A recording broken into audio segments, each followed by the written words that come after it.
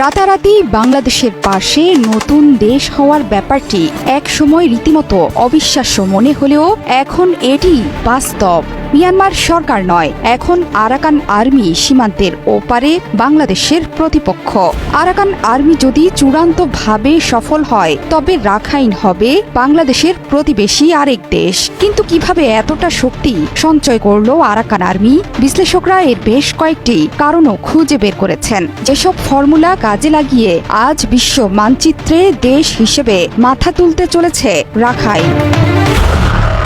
রাখাইনে জোট গঠন করে ভৌগোলিক সহ নানা সুবিধা কাজে লাগিয়েছে আরাকান আর্মি। মিয়ানমারে সক্রিয় সব জাতিগত সশস্ত্র সংগঠনের মধ্যে আরাকান আর্মি মাত্র 2 দশকের মধ্যেই সবচেয়ে বড় ভূখণ্ডের নিয়ন্ত্রণ প্রতিষ্ঠা করতে পেরেছে। 2009 সালে গঠিত হয় আরাকান আর্মি। 2015 সালে উত্তর রাখাইন রাজ্যে সামরিক বাহিনীর বিরুদ্ধে সশস্ত্র লড়াই শুরু করে সংগঠনটি। 2023 সালের 13 নভেম্বর সামরিক বাহিনীর বিরুদ্ধে পূর্ণ মাত্রায় আক্রমণ শুরু করে আরাকান আর্মি। আরাকান আর্মির সাফল্যের পেছনের কারণ কি? প্রথমত, আরাকান আর্মির নেতৃত্বই এই গোষ্ঠীর সাফল্যের মূল চাবিকাঠি হিসেবে মনে করা হচ্ছে। সেই সাথে সব সম্প্রদায়ের সম্পৃক্ততা, জাতি বা ধর্মের ভিত্তিতে এখানে নেই কোনো বৈষম্য। কাচিনে প্রশিক্ষণ শুরুর আগেই একটি রোড ম্যাপ চূড়ান্ত করা হয়। 2009 সাল থেকে 2 বছরের মধ্যে 4টি ব্যাচে প্রায় 400 যোদ্ধাকে কাচিন থেকে প্রস্তুত করা হয়। এরপর প্রশিক্ষিত সদস্যদের মাটির বাস্তবতা বুঝে ইয়াঙ্গুন, সিটে ও মান্দালয়ে নেটওয়ার্ক গড়ার জন্য নিয়োজিত করা হয়। পাশাপাশি রাখাইনে ছাত্র নেতা ও ভিক্ষুদের চিহ্নিত করে একটি নেটওয়ার্ক গড়ার কাজ শুরু হয়। 2014 সাল থেকে বিভিন্ন স্থানে গোপনে বসতি স্থাপন করে আরাকান আর্মির কর্মীরা।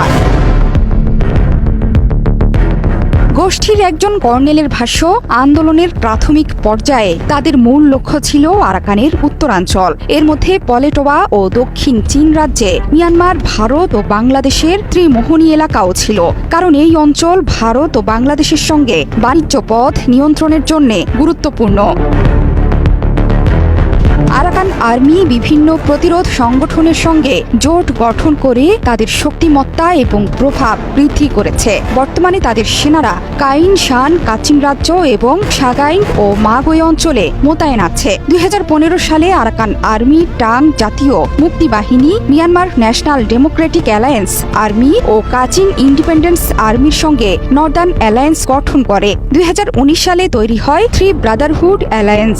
আরাকান আর্মিকে সম্পদ ও সমর্থন সংগ্রহ এবং বিভিন্ন গোষ্ঠীর কাছ থেকে যুদ্ধ কৌশল শিখতে সাহায্য করে জোটগুলো। এভাবে বিভিন্ন প্রতিরোধ গোষ্ঠী এক হয়ে লড়াই করে জান্তার বিরুদ্ধে। তৃতীয়ত, আরাকান আর্মির সফলতার বড় কারণ তরুণ এবং নিবেদিত প্রাণ যোদ্ধাদের বিশাল দল। এই যোদ্ধাদের মধ্যে প্রবল উদ্দীপনা আছে, যেটি জান্তা সৈন্যদের মধ্যে নেই। আরাকান যোদ্ধাদের বয়স 20 থেকে 30 বছরের মধ্যে। আরো বড় কারণ, বিদ্রোহীদের জনপ্রিয়তার মূল ভিত্তি স্থাপন করেছে জনগণের সমর্থন।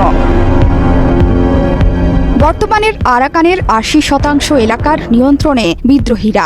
এমন অগ্রগতি অব্যাহত থাকলে পুরো অঞ্চল দখলে নেওয়া সম্ভব। চতুর্থত, আরাকান আর্মির কোনো প্রতিদ্বন্দ্বীও নেই। আগে আরাকানে কিছু প্রতিদ্বন্দ্বী সশস্ত্র গোষ্ঠী থাকলেও আরাকান ন্যাশনাল কাউন্সিল এখন প্রায় বিলুপ্ত। আরাকান লিবারেশন পার্টি 2021 সালের অভ্যুত্থানের পর বিভক্ত হয়ে পড়েছে। এর একটি অংশ সামরিক জান্তার সঙ্গে সহযোগিতা করছে, তাতে এখন তারা আরও দুর্বল। মূলত জনগণের গভীর ক্ষোভ ও প্রত্যাশাকে কাজে লাগিয়ে ব্যাপক সমর্থন অর্জন করতে সক্ষম হয়েছে বিদ্রোহীরা।